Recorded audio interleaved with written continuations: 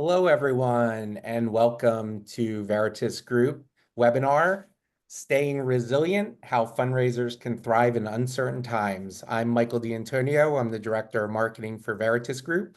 I'm also the owner of Bongo Consulting. We work with nonprofits to help their marketing and advertising. I'm so happy to have Karen and Megan today, and we're going to talk a little bit about some housekeeping for the webinar first, and then we'll get going. I really want to welcome everyone. This webinar is really timely with everything that's going on in the world and the world of fundraising. I know for a fact that a lot of you are probably anxious around what's going on from a fundraising perspective. I know I have friends in the fundraising landscape that are really concerned, and we're going to talk a lot about today how to control what you can control and let go of what you need to let go of, and a lot of tips and tricks around how you can feel better in the environment that you're working in and in your life also. Um, if anyone has any questions during the webinar, feel free to put them in the Q&A, and I'll also be chatting out some information as Karen and Megan talk about all the great things. For our international group of listeners, you can always use the closed caption as well. It's a different type of webinar today. We're really going to focus on the conversation and have it be very interactive. And we really want to have everyone be a part of it. So light some incense, light a candle, and Karen and Megan are great. So I want to start with a quick introduction from Karen, and then we'll move to Megan, and then we'll jump right in. Thank you, Michael. So glad you're with us. I wish I could see all your faces. Our system doesn't allow that on these big webinars. This is for me as much as it is for you. So thank you for giving me this opportunity to bring myself back to things I need to be reminded of. So I've been with Veritus since 2010, been in fundraising and nonprofit sector that my whole career, but have some certifications in coaching, in somatic coaching and leadership embodiment, and work with groups doing leadership training with horses. So this is all in my favorite genre of how do we be humans in this world in a way that we can keep growing and learning and have more peace and joy. So looking forward to learning with you today. Hey everybody, my name's Megan and I am based out of Chicago, and I am super pumped to be with you all today. Like Karen said, I wish I could see your faces. So feel free to say hello in the chat. I would love to see where you're calling in from. I see there's 146 of you on here, which is wonderful. So I am a mindfulness coach and a meditation teacher, and I focus on supporting change makers and navigating stress and burnout. And why I do that is because I experienced burnout myself about 10 years ago working in the nonprofit space. I spent my entire nonprofit career, my whole career being in nonprofits, and for about 18 years or so.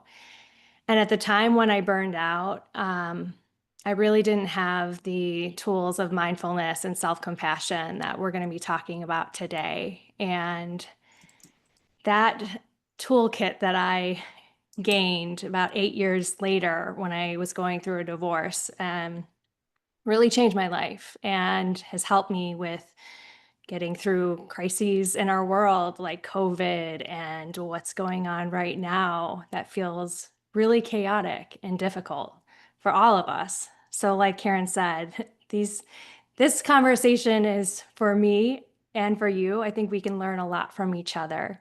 I'm just seeing the chat populating, friends. I just want to bring a few voices into the space. Shannon, hello from Smoky, Winnipeg. I was just saying in Chicago, my voice is a little scratchy because of the smoke coming down. Hello, Rosa from Mississippi. We got Earl in Brisbane, Australia, Lancaster, Amy. Oh, so many of you. Looking forward to looking at We have Australia this with us as afterwards. well. Maybe Cool. let me see where's. So thank you for Lovely. joining at a crazy time zone difference. Yeah, yeah. So as Michael mentioned, this is going to be a really interactive webinar, and I encourage you to engage as much or as little as you want. Sometimes I'm in the mood where I just want to chill out and be quiet and cozy, and other times I want to connect. So just know that's an invitation. And to get going with the interactivity, I'm going to guide us through a short practice and would love to give us a little bit of data before we run this experiment. So if you feel like it, I encourage you to take a breath and just write in the chat one word to describe how you're feeling right now. All feelings welcome. Overwhelmed, anxious, hungry. Lots of anxious I'm seeing, stressed, excited, unappreciated, drowning, I love sweaty. sweaty. Yeah, one time on, one time on a podcast, I talked about having sweaty feet. So I relate to that. It's I real. like rudderless. That's a good word. Whew, know that feeling. Blessed, depressed, and discouraged. Really appreciate you all checking in and sharing. Feel free to keep on sharing. I'm seeing so many different feelings, right? So, we're going to do a practice called Minute to Arrive. And this is a practice that I've been doing for probably 5 years or so at all of my team meetings.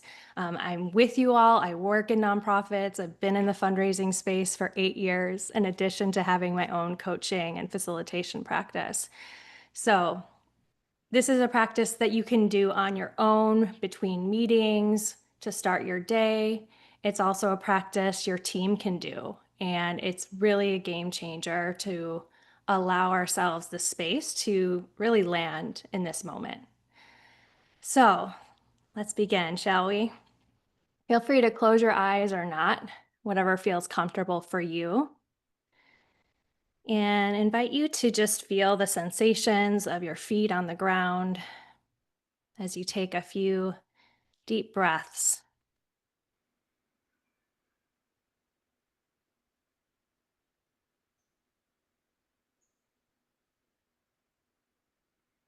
We're not trying to turn off our thoughts here. We're allowing ourselves to check in,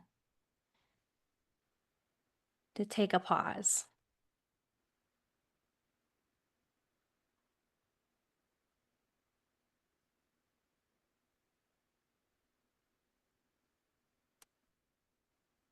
Invite you to check in and notice what thoughts are here. With curiosity and kindness.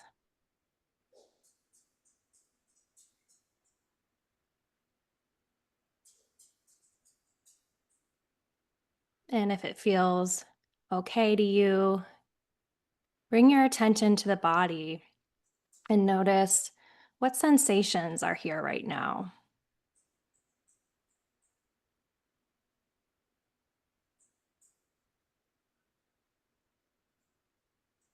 Allowing whatever feelings and sensations are visiting you to be here.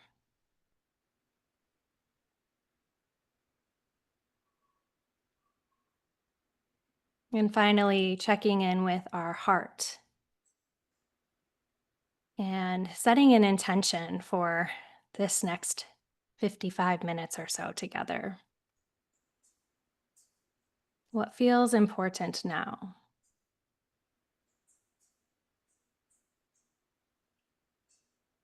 Taking a collective breath together as a community of global change makers. And opening your eyes if they were closed whenever you're ready.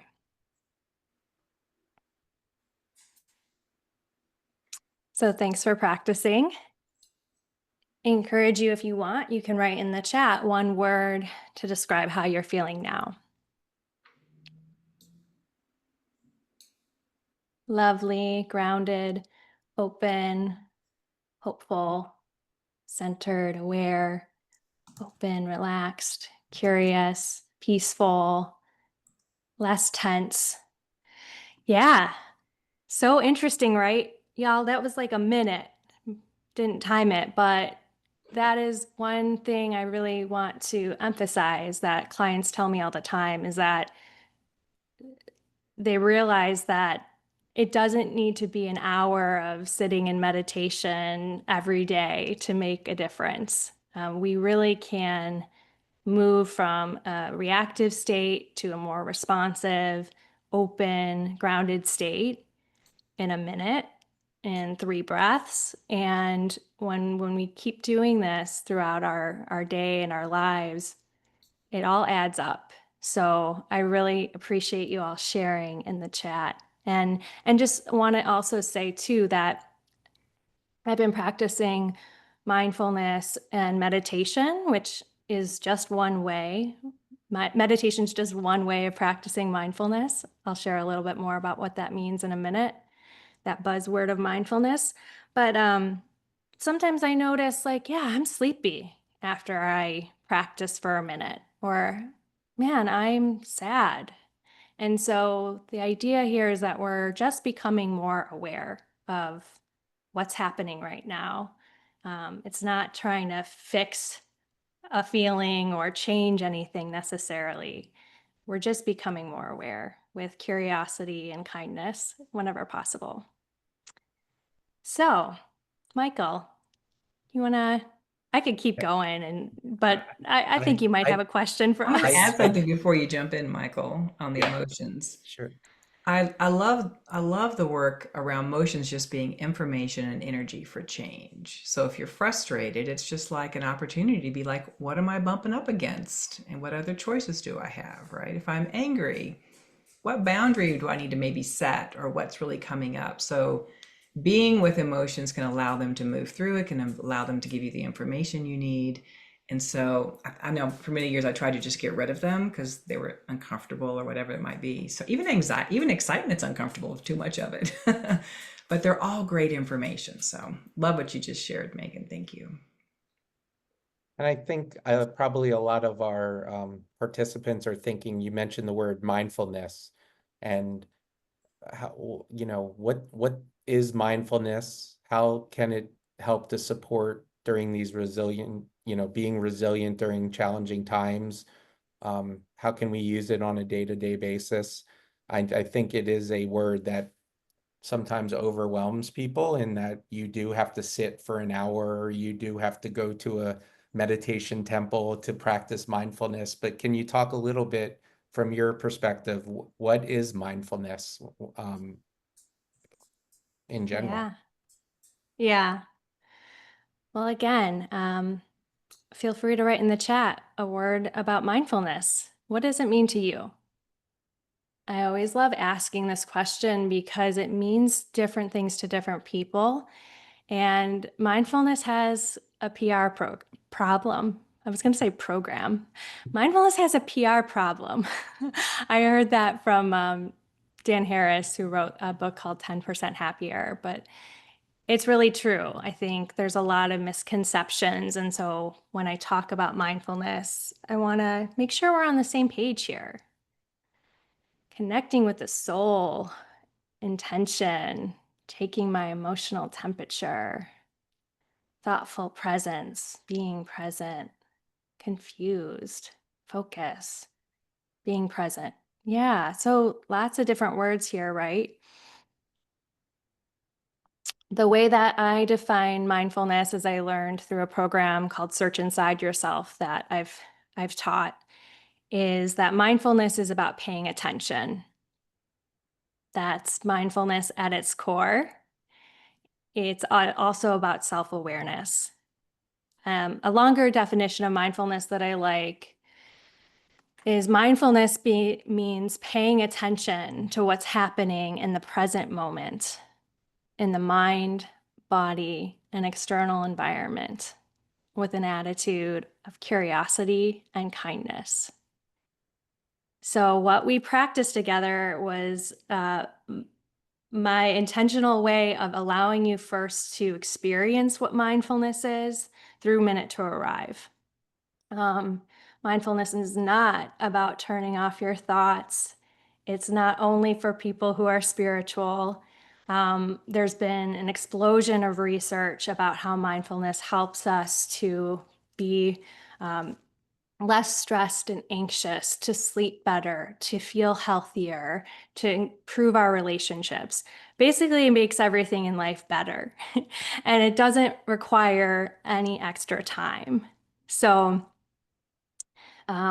there's just I think find it helpful to think about like right now as you're listening to us talking, how can you tune in to what's going on in your body while you're listening? And how this relates to being resilient. The way I think of resilience is being able to bounce back from setbacks or challenges. I think about how when I was going through burnout, that was a huge challenge that I experienced in my life. And to any of you who are feeling burned out, just know that I'm sending you a lot of empathy and compassion because it's a really difficult, serious experience. And mindfulness, again, paying attention, allows us to be able to see what's happening inside of us, in our bodies, and why that is important. Like you might be asking yourself, well, what does it matter? I definitely would have asked that 10 years ago. Like, why does it matter what sensations are going on in my belly right now? Because, like Karen mentioned, like, all of these feelings and sensations are data that are telling us wise information about how we're doing and what we're needing. And we live in a world that really glorifies hustle and disconnecting from our body. Um, and there's good reasons for that. Um, it's also part of how we were wired to be really in our heads and thinking, thinking, thinking. And so I think in a time like this that just feels so especially uncertain, like being able to come back to what we can have influence over inside of us is everything. And so I'll just offer to kind of end what I was just sharing and see what Karen thinks. This quote that I just shared with some colleagues this week. If you're feeling overwhelmed and anxious, which I heard many of you share, John Kabat-Zinn is a mindfulness teacher who offers that you can't stop the waves, but you can learn to surf. And to me, that is what resilience is all about. And mindfulness is how we learn to surf and how we learn to be skillfully with all the things that are outside of our control. Megan, one point that you made there, and how maybe can you talk a little bit, Karen and Megan, how do you notice burnout? How do you recognize when you are at that point of burnout? And what does that look like? Or does it look different for different people in different ways? I'll jump in with my little bit. I just thought about the other day, but Megan's the expert in this and she can give you the full explanation. But what I noticed the other day, when I start heading in that direction, I get really numb. So being a very emotional, expressive person, I'm like, why do I feel so numb? Like just flat, like flatlined in my emotions.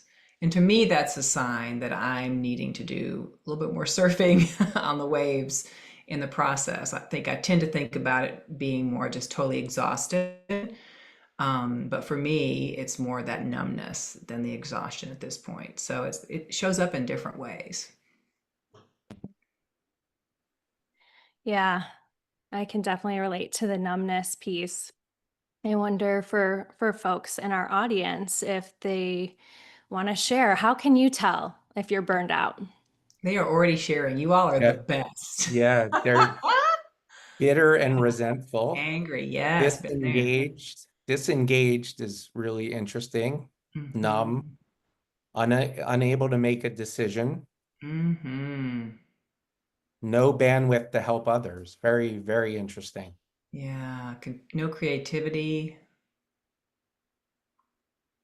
I Mm. hope you all are feeling seen in this chat. Yeah. Burnout affects at least 50 to 75% of nonprofit professionals. And so I just want to emphasize that it is an epidemic. I don't know if that's the right word. That's what popped to my mind, but it's a it's a chronic issue in our sector, and it is not your fault.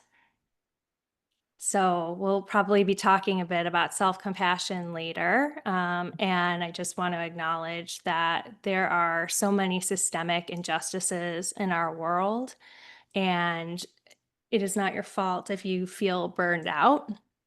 Um, Also want to acknowledge that people who are marginalized by society experience burnout at higher rates.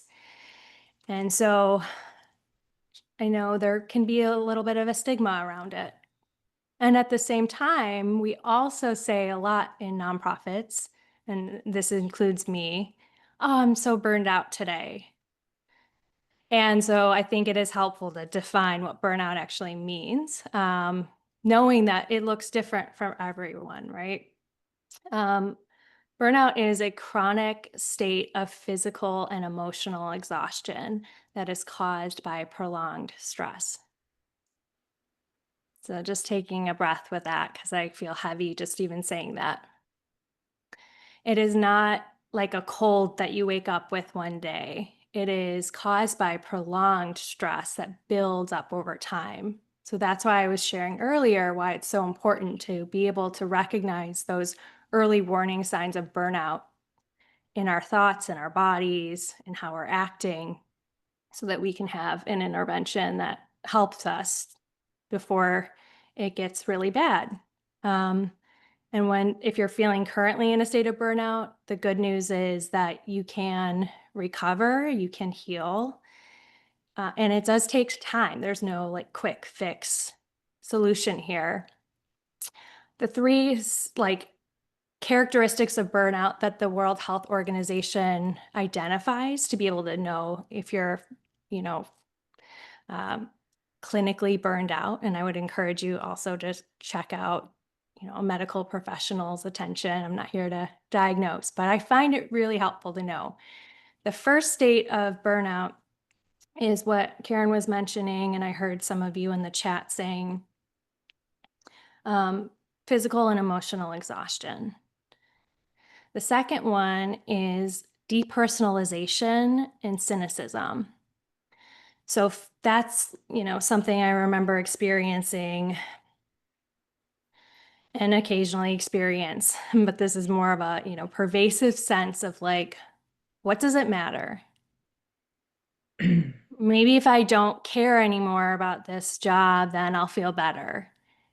And that has an effect on us in that we start seeing people in a more transactional way. We kind of don't, that's the depersonalization. We just kind of get through the day, right? Because we're so exhausted. It's just like going through the motions, right? I saw somebody say autopilot. And then the third characteristic is a decreased sense of personal accomplishment. So that's pretty intuitive as far as what that means. And when you combine all the characteristics together, again, it makes sense to feel like your tank is empty and you have nothing to give and you can't think creatively when you're so exhausted. Um, Again, it's not your fault, and there are things that you can do to support yourself. And I will just share two books that I would recommend. Am I showing these? I can't see my face, but can you see these? So one is Yes. called Burnout, and you can tell me if you've read these. The Secret to Unlocking the Stress Response Cycle. The Stress Cycle by the Nagoski sisters. And then Mindful Self-Compassion for Burnout by Dr. Kristen Neff.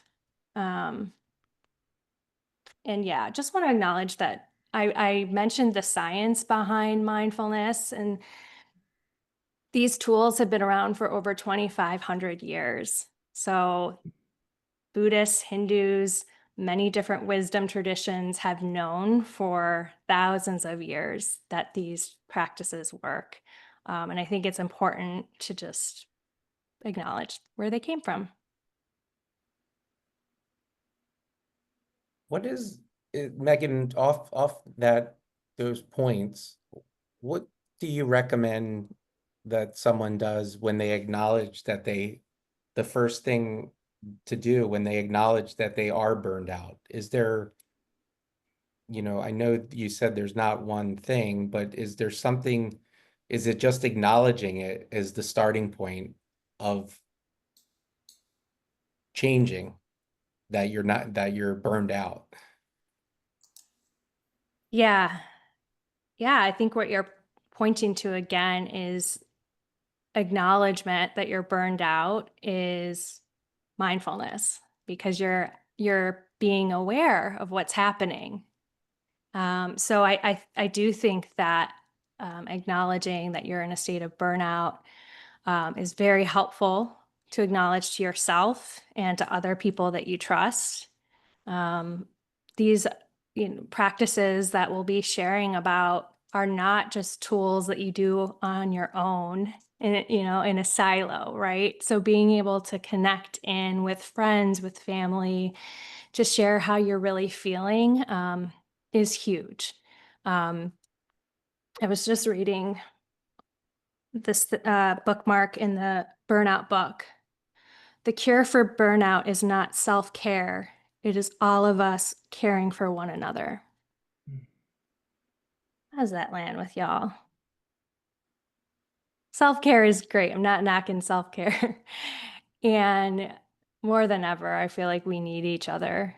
We need to do this work in community. And so that's why a lot of the work I do in guiding meditations is bringing humans together, so that we can co-regulate with each other. We can share. Yeah, bingo, says Tracy. Yeah. And I think we could talk now, or at another point, I want to check in with Karen, what you can do to avoid burning out. And those same techniques that you can integrate into your day that don't take extra time are also ways that you can heal from burnout too. Yeah.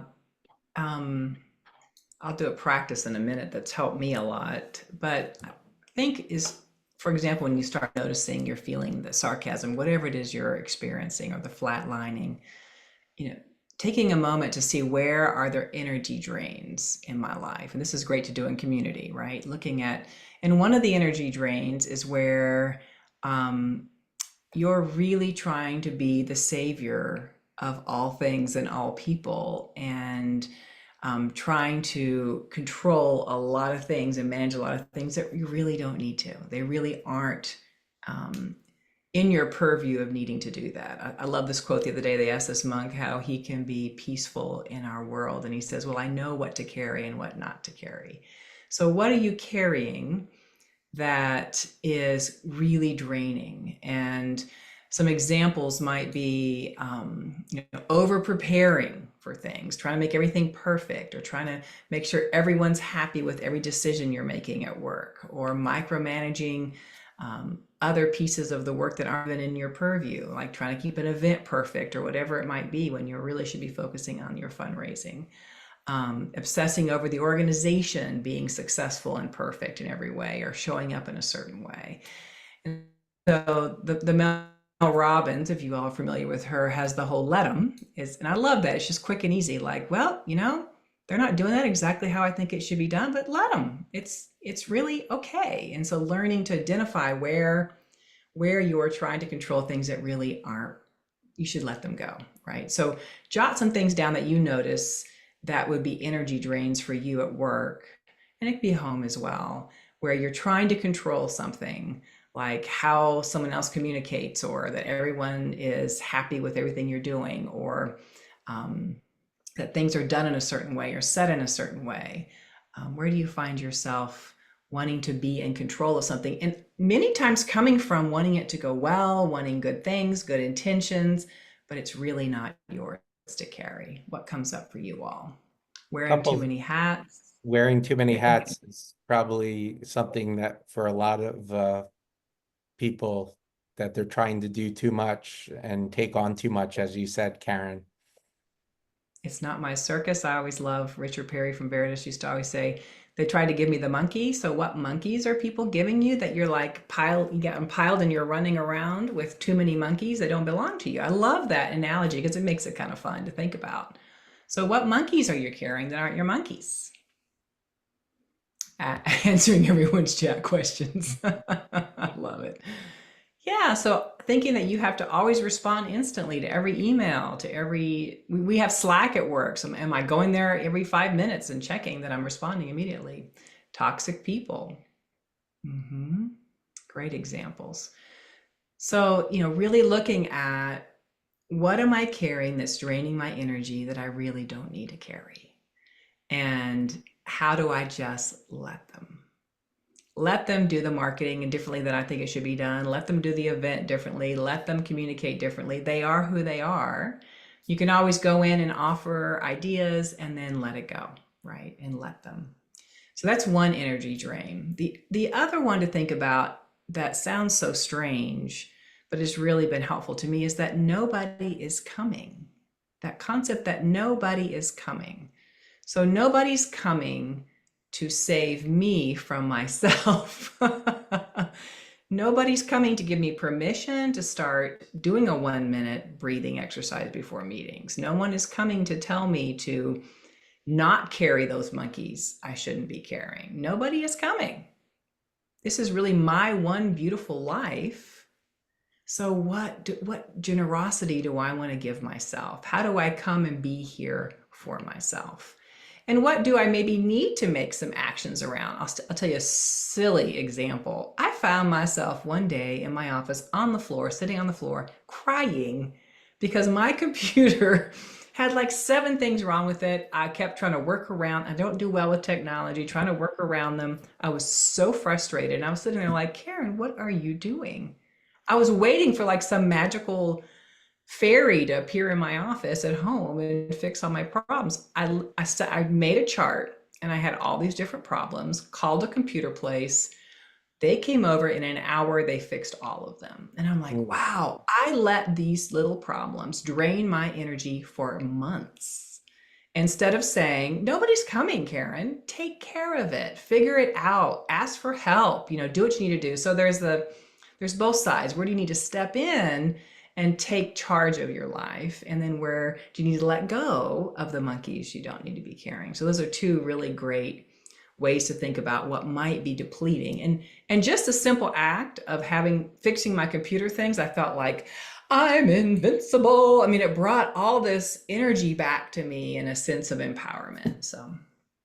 And Karen, playing off of that, some of the comments and Megan are revolving around other people involved, toxic work environment, working with people that don't make decisions, performance goals. So how do we take, Karen, what you said when there's other people involved? How do you self-regulate and understand your own boundaries when working with others?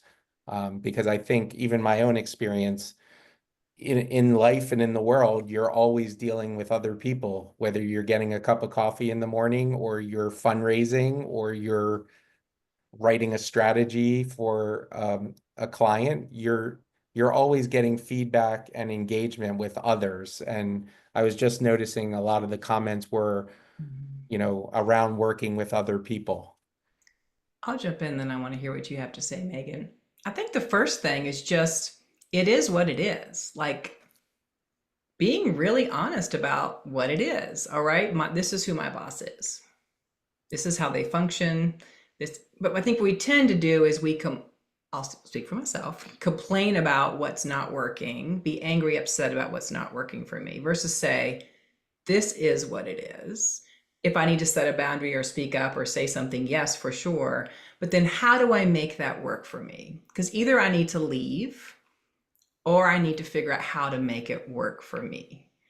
not trying to necessarily change them, because obviously that's not probably going to happen. So within that context, that's number one helpful, because I think there's this sense that if I just keep feeding this and talking about it, but I'm really just creating more of the energy and feeding that situation even more, versus saying, well, this is identifying what it is, and then how do I make it work for me? So Megan, they're going to be who they are. How do we make it work for us in a way that doesn't deplete us and cause us to lose our minds? Yeah, I really love these questions. That they're common questions that I hear all the time when offering mindfulness and meditation. It's like, yeah, but what about my toxic work environment? Or I saw someone in the chat, right? Like my boss is micromanaging me. Mm. So I love that this book, Let Them, has become like very popular. I saw someone at a hot yoga class the other day had like it tattooed on them. And I think like it was great. Like this is essentially again boiling down what Buddhist wisdom has said 2,500 years ago. And that's basically that the amount of stress that we experience in our lives is the difference between how things are and how we think they should be. So just take a breath with that and notice like what are the shoulds? Again, with curiosity and kindness toward yourselves, what are some of the big shoulds that I have in my life? My boss should be different. My partner should put the dishes away a certain way. My work environment should, lead these changes different. There's so many ways, right? And just to offer, because somatics, which means mind body connection, is part of my coaching.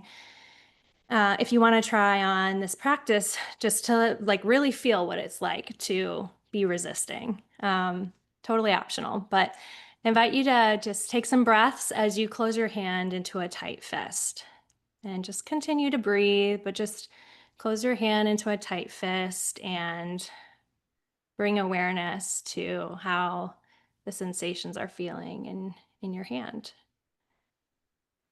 And then just slowly, as you keep breathing, just slowly open your hand up into an open palm.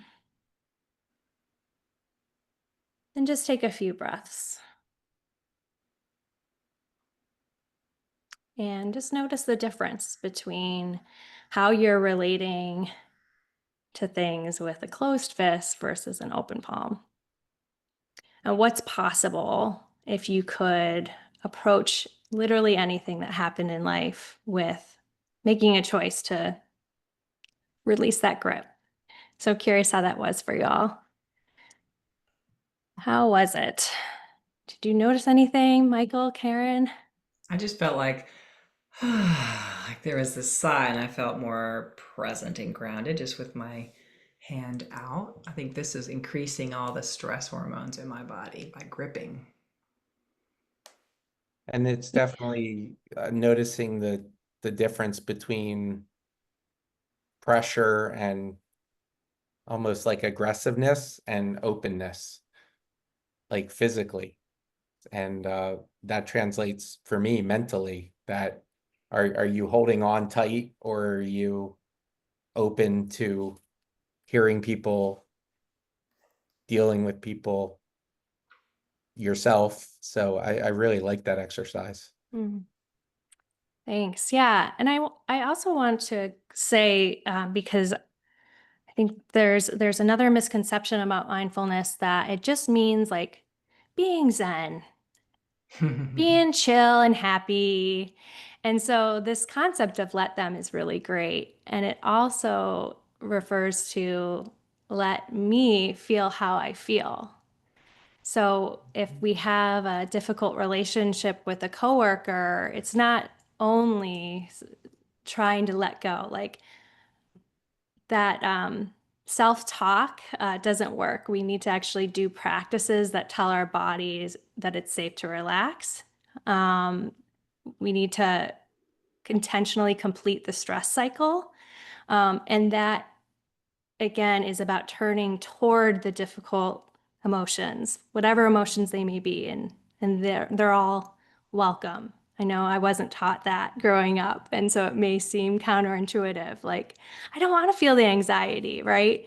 And when we learn to be with the anxiety, that allows us to process it through, because emotions are energy in motion, to move it through our body. Um, so maybe Karen, do you want to do that practice that you Yeah. shared with me And just earlier? a quick question, how do you complete a stress cycle is a question. Then I'll Yeah, do the practice. yeah. Thank you, Catherine. I could see many folks being like, what the heck is she talking about? So again, not something I learned until my early 30s, and this book, Burnout, like confirmed why all of these emotional intelligence and mindfulness tools work. Um, so Karen and I also did a self-compassion podcast, and so I went more into detail than I'll go into now. But yeah, the basic idea is that when we're feeling stressed, we experience a trigger, or I like to call it a pinch, even. Like it might just be like really little pinch. And our body goes into flight, fight, freeze, and it turns on the sympathetic nervous system that allows us to run faster and get away from that dragon that's chasing us. Um, and so our body doesn't know that it's safe to relax until we complete the stress response cycle. So as an example, maybe you had like a last minute presentation to do for a board meeting, and your stress kicks in, right? And you can feel the stress in your body as physical sensations, as tightness.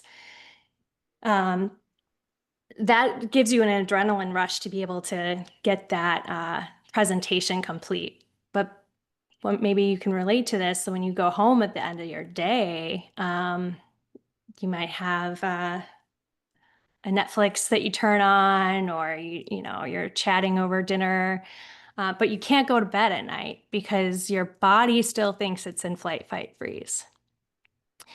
You might have told yourself, oh, like I completed the presentation, it's done. Like, why do I still feel so stressed out? Why can't I sleep?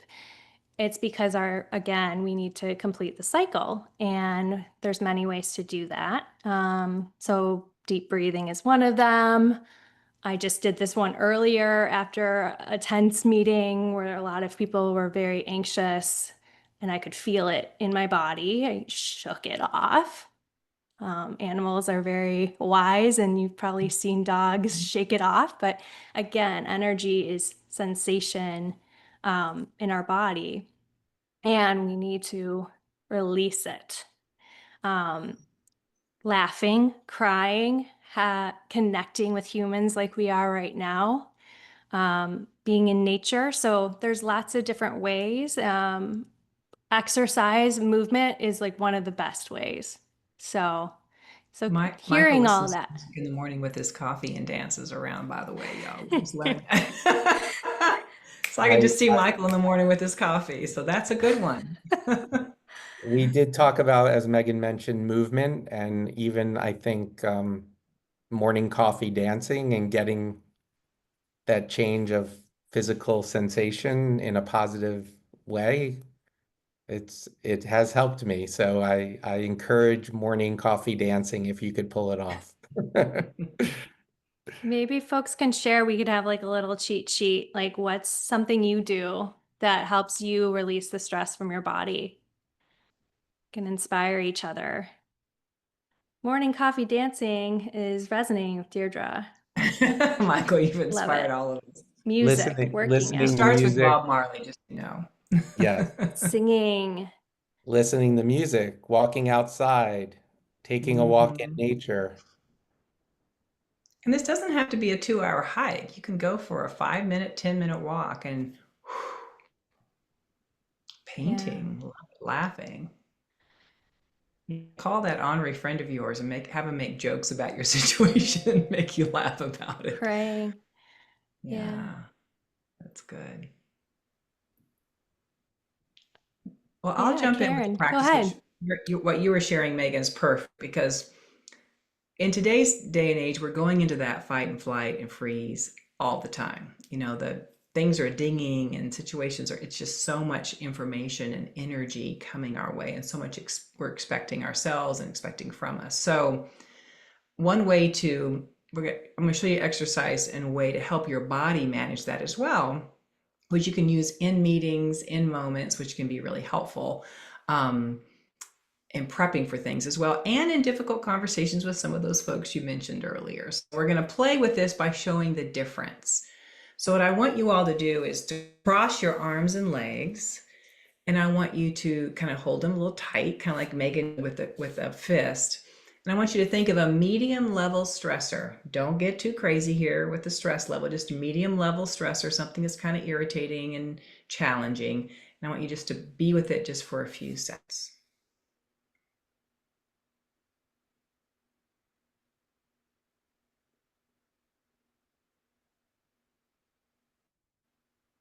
Okay, stop. Uncross your arms and legs. Pop in the chat box. What are some sensations, thoughts, emotions, reactions you experienced in your body in that moment, thinking of that medium level stressor? Uncomfortable, tightness in my chest, tension, anxiety, anger. Yeah, I always feel this anger like rushing up through my body. Heart rate increase, elevate, yes. Tightness in the jaw, tension, annoyance, yes. Heat in my chest, beautiful. Yeah, so just even thinking about a medium level stressor, our body responds, right? So whether we're in a stressful situation or thinking about a stressful situation, our body responds the same. So all the thoughts we're doing, our body is responding to equally. So also when you tighten, cross your arms and legs and tighten, you're increasing that cortisol, that stress hormone, with your physicality, which is interesting. So let's play with another option. So what I'm going to do is we're going to sit up this time in our chair and just kind of put your arms straight on your knees and uncross your arms and legs.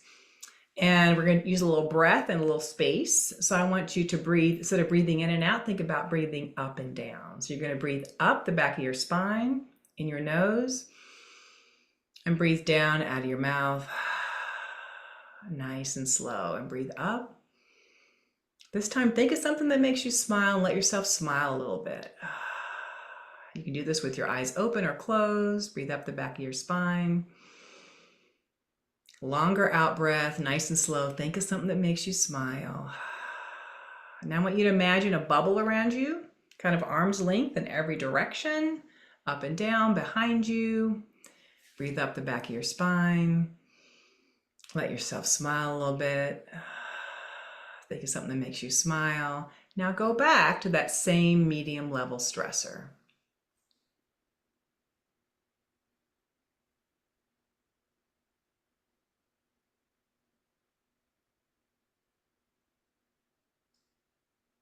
All right, stop. So what did you notice this time? Was there anything that shifted or changed for you after holding your physicality different and using some breath and space? What did you notice? Not as annoying? Calmness? Protective bubble. Very interesting. That was magic. All of a sudden you feel like you can deal with it. Put that person in your bubble. We have to be on a phone call with a donor, put that person in your bubble. We resonate, like Megan was saying, that emotional contagion. Did I say it right, Megan? We resonate off each other's energy. So when you lower your body into a place of presence and out of fight and flight, and you include someone in your bubble, it even helps them come into that space with you. More hopeful, beautiful. Yeah, so straightening your arms gives you more testosterone. So if you're sitting in a meeting and you're feeling like, I don't know what I'm doing here, I'm feeling uncomfortable, I don't feel like I'm speaking up as I should, whatever it is you're struggling with, just sit up and uncross your arms and legs and kind of have your arms straight on your knees. I've had people do that in meetings, and everyone was like, Jeff, you were great in that meeting today. And they didn't even say anything hardly. They just sat differently, right? They held presence differently. So that's a great tool to have the bubble and the physicality, and the breath brings in that the hug drug, the oxytocin, to calm your system down. So getting ready for a donor call, include the donor in your bubble, do your breath, get ready, and then have the call. So your whole system will be more open-hearted in the process. And Karen, playing off that, I have a question that maybe some people are thinking about. When you're going into a stressful situation or meeting, and Megan, obviously, when your mind starts to run about outcomes and about anxiety about what's going to happen, how do you deal with that? Do you deal with the physical sensations first, or do you deal with the mindful thoughts? Because everyone that is in the chat and we've all been in meetings that we've been worried about or anxious about, and how um, I see someone saying I have the same question, so that's good. Um, how do you deal with, do you think about the physical or do you think about the mental before um, going into a stressful situation? I can jump in on this one. I love that question. So our minds and bodies are connected, and it is definitely common to try to like make ourselves stop thinking as if that were possible. It's not. And so I use a technique all the time. This was actually the very first technique that my therapist taught me, and it's called Name It to Tame It.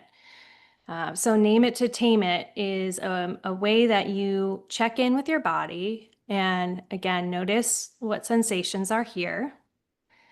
And this may be something you know.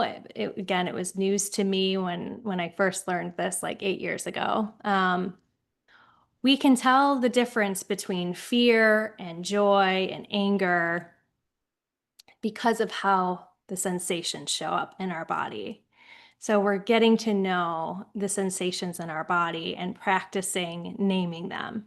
And so what I do when I'm feeling anxious in a meeting and I'm wanting to get someone to do what I want them to do, or I have an agenda and I just attune to the sensations in my body and notice like what's here now. And I'll say to myself, this is fear. Y'all may have seen Inside Out. It reflects the 5 core emotions of anger, fear, sadness, joy, and disgust. And what I mean by core emotions is that all the emotions out there come from these 5 core emotions. There's different models, but this is the one that I use. So just knowing the 5 can help you really get in touch with emotion and understanding what's happening. So you name to yourself, this is fear. And then you might ask yourself, like, how can I tell I'm afraid? And that's a way that you can drop into the sensation. Um, Maybe that's a heart beating fast. Just yesterday in a meeting, I just noticed as I was listening to people who were really up here, and I was having thoughts of like,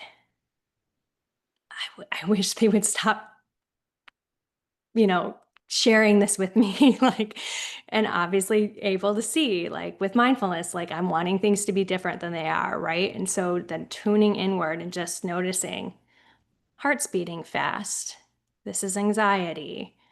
That is a way to tell your body that you get it. It's like I like to think of the metaphor of like when you're in flight, fight, freeze, and you're anxious and you're looping thoughts.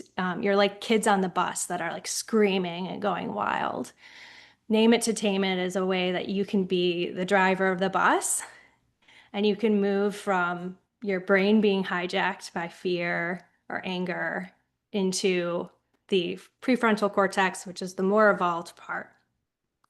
Sorry if I'm throwing out too much neuroscience, I get nerded out, but it's just a way for you to be like, oh, to tell your body, like, oh, I get what's happening. This is anger. This is anxiety. It's not who I am. So we're not saying, I am angry.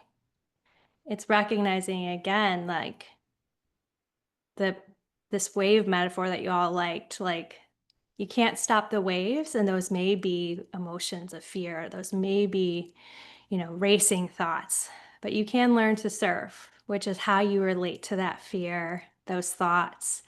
And and so working with your body in that way, taking some deep breaths, calming your body is a way to calm the mind.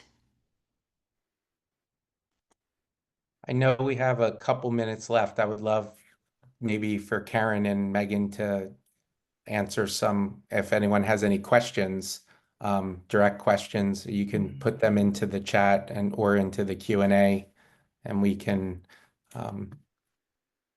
take some questions.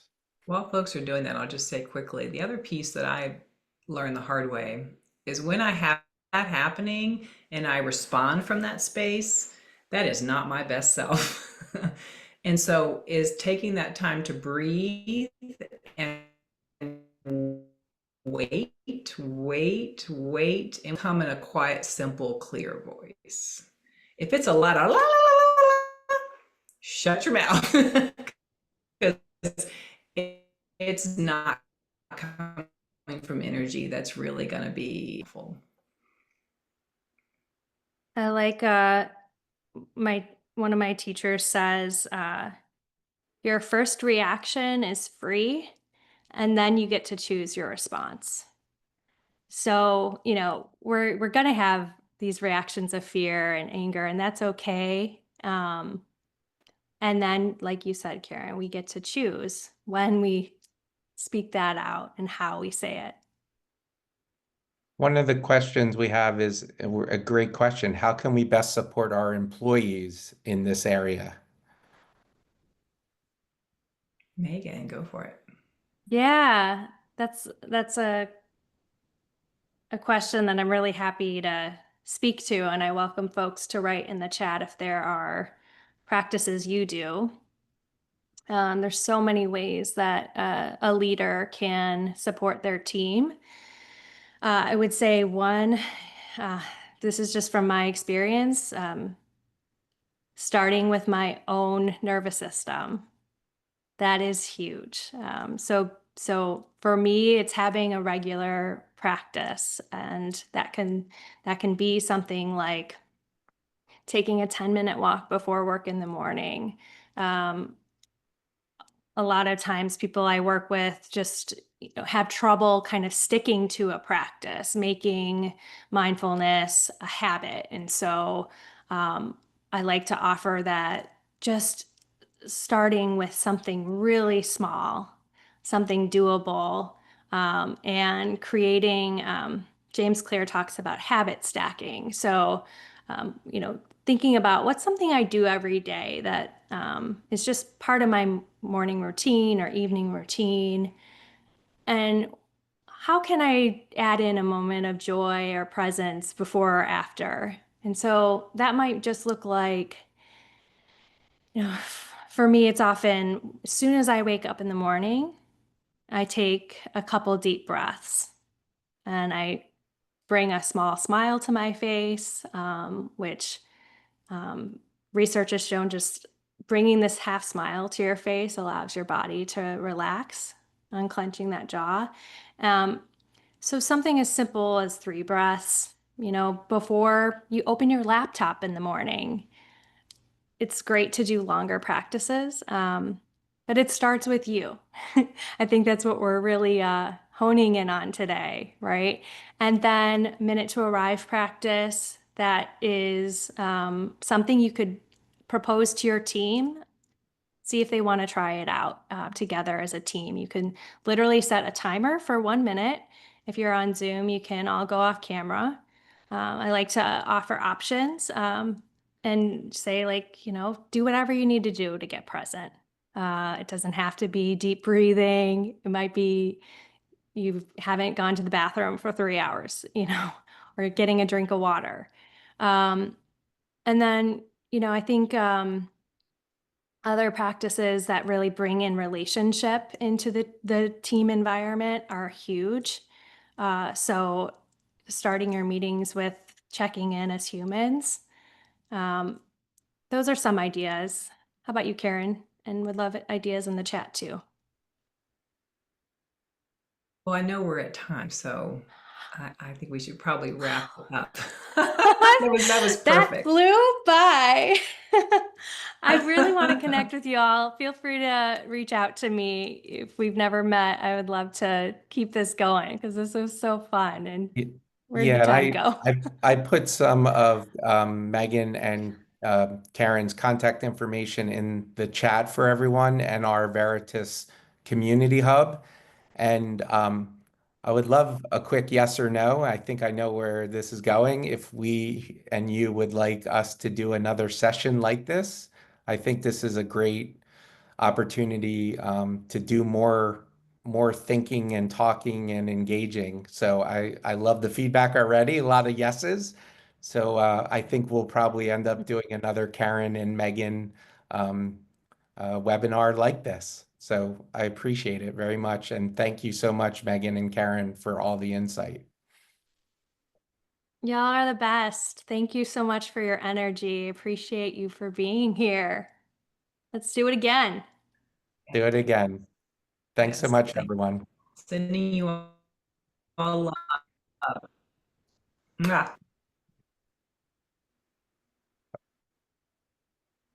Bye, everyone. Bye-bye.